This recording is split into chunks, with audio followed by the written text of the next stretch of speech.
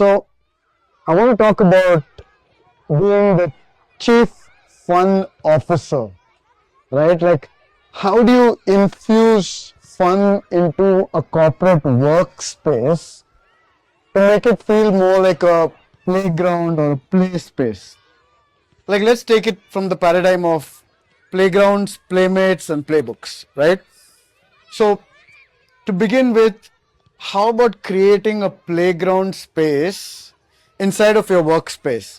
A space where you can play like you're five, right? Think of the ELI 5 paradigm as in explain like I'm five, but think of it like play like I'm five, right? So, no digital games, no digital spaces to play in, but a physical space. Like if you were a 5-year-old kid, how would you like to set up your space such that you feel like playing, right? And all of that is a sensory, visceral way of playing with the five senses, right?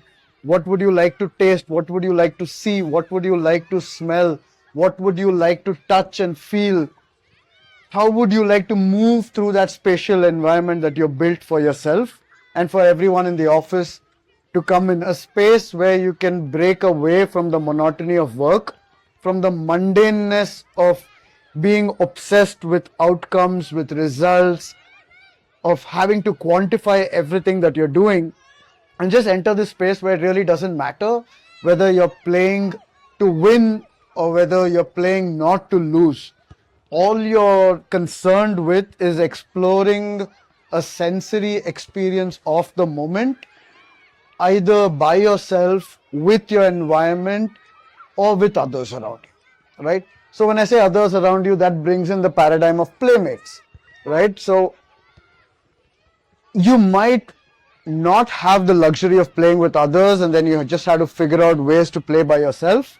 In which case you might want to play around with toys that you have created for yourself. So you could build toys for yourself, or you could start with playing like just like kids play with building blocks, right? I could take these chairs and try stacking them over each other. I could try turning them into a chair fort and I could go and hide inside that chair fort. Like it really doesn't matter what toys I play with as much as me just experiencing the moment of playfulness, of curiosity, of engaging with physical elements in this space that we have created for ourselves, right? And if I can bring in more people, if I can invite more people, if I can incite more people, like pranking them into playing with me, nothing like it. Maybe I'll just pull a chair out when someone's trying to sit down. Or maybe I'll just like say, hey man, you want to play a game of tag with me? I'm just going to go like, maybe just not even say or explain the rule book, right? A lot of times we give a lot of importance on to knowing the rules before playing. But if I just meet someone in the space and just tag them and just run away, the first impulse would be to like, what the hell just happened? And there's almost an innate desire to chase that person because someone just tagged you and ran away, right? Or it could be me playing rock, paper, scissors with you. Or it could be me playing something a little more interactive like thumb wrestling. It's not still physically intense and intimate like real wrestling, but it's still a game where we're making contact. So thumb wrestling. It could just be where we're not making contact, where we're like playing like rock, paper, scissors. The possibilities are infinite, which is why there is no specific playbook that you have to establish, right?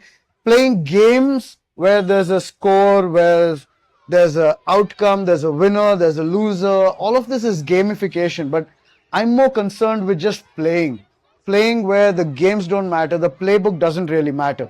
You can probably have a bunch of different playbooks depending on the level of intimacy you have with your playmate, depending on the level of space that you have around in which you can play. But what really matters is exploring these three paradigms of playmates, playgrounds, and playbooks in this space that you call a workspace. Like, how do you create this playground?